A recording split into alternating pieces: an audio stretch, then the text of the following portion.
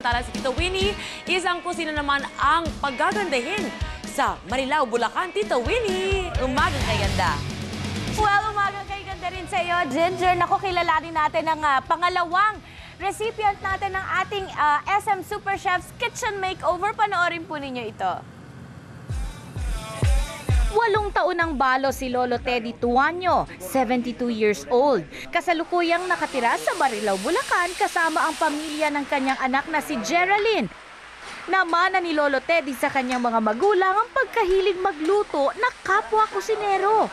Nagsilbi sa dating Pangulong Manuel L. Quezon ng kanyang tatay na si Generoso, samantalang pinauso naman ng kanyang nanay Paulina sa Tondo ang pansit alanganin, pansit gisadong may konting sauce. Sa kusina ni Lolo Teddy nagpupulong ang mga kasapi sa pinamumunuan niyang senior citizens group at patok sa kanila ang kanyang specialty, ang tilapyang Macau. At para lalong ganahan si Lolo Teddy sa kanyang pagluluto, siya ang pangalawang maswerteng winner ng ating kitchen makeover. Mamaya papakita po natin ang bagong kusina ni Mang Teddy Tuanyo. Samantala, Tony Boy, what's your point? Tita Winnie, maraming salamat sa iyo. Kitchen makeover! Tito Wiz, ano yan? Pangalawang winner na ang ating ipepresent ngayong araw na ito. Ito ang bahay ni Mang Teddy Tuanyo. Naipakilala na natin siya kanina pa. 72 years old at isang balo. Hello po, Mang Teddy! Magang kay ganda. Ay, naku! Ano ba ito? Ito ba yung specialty ninyo? Opo. Anong tawag dito, Mang Teddy? Lutong Macau. Tilapyang Macau. Sino ang nagturo sa inyo nito? Yung kapatid kong nasa Amerika. Ay, very good. Ayan. Ako, alam nyo ba, Mang Teddy, na mas lalo kayong gaganahan sa inyong pagluluto dahil merong bagong kusina naghihintay sa inyo. Ganun po Excited ba? na ba kayo, Mang Teddy? Kanina pa ako kabado. Ay, hindi, mamaya. Ito. Kausapin natin si Lisa Salvador. Hi, Lisa. Siya po ay galing sa Studio 10.48. Tama ba yun? Isang interior designer. Ano ba ang nakita mo nung binisita mo sa yung kusina ni Mang Teddy? Napansin ko po na medyo madilim yung kusina ni Tito Teddy at saka Tito Teddy? yes, Talagang Tito ano, Teddy at close saka na close, okay. at saka po kulang sa gamit kaya dinagdagan ko po na maraming gamit po siya at saka appliances. Yes. Ano ko, nice. Ay, oo nga.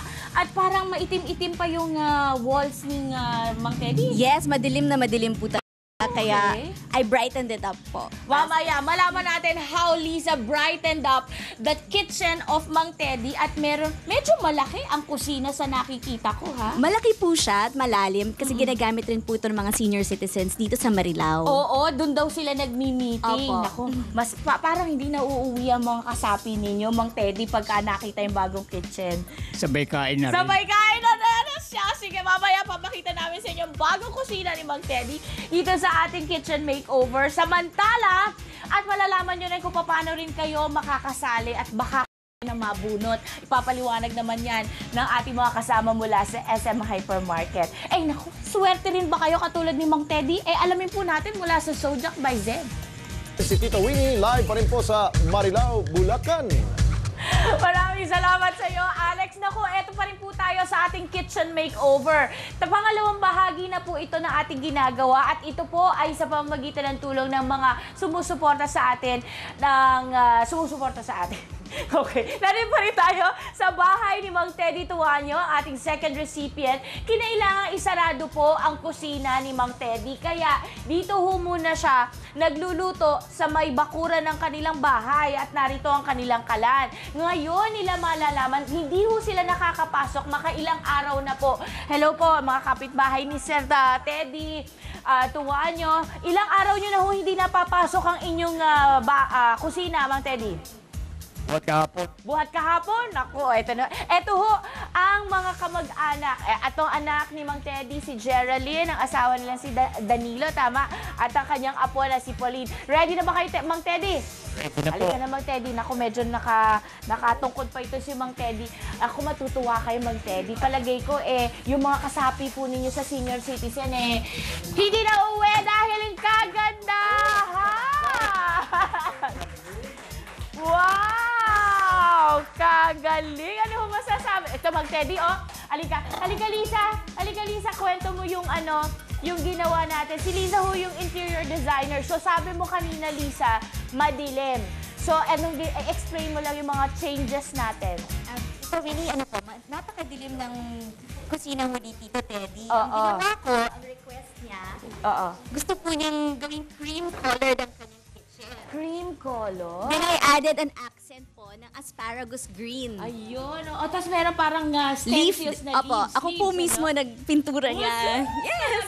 At Ma'am Teddy, may bago kayong mga gamit. Ano na ba mga dinagdag natin? Meron Lisa? po siyang bagong microwave, stove, rice cooker, mga appliances, at saka mga dining set. Wow! Meron kayong bagong mesa. Mang Teddy, ano bang masasabi ninyo?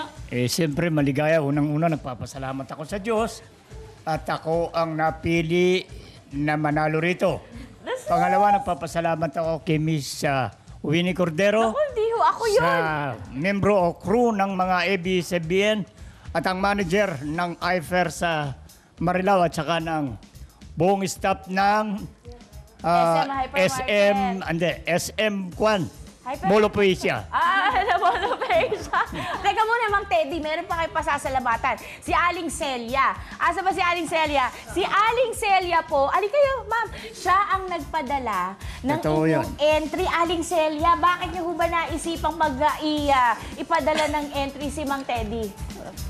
Kasi pagka nagkakaroon kami rito ng meeting, nagkakaroon kami ng Yung pala kotingan. motibo ninyo para Magkaroon maayos. naman ng konting representasyon. Ayun, kung maraming salamat, Aling Celia. And Vic, meron pa bang pagkakataon na iba nating mga kapamilya na mapili pa sa ating kitchen makeover? Meron, kung gusto nyong gagaya ni Lolo Teddy, magkaroon ng bagong kusina, designed by PSID, colored by Ace Paints, and furnished by SM Hypermarket, November 2, tsaka November 16 po yung natitira nating draws. Ang kailangan lang po nilang gawin, Oo nga.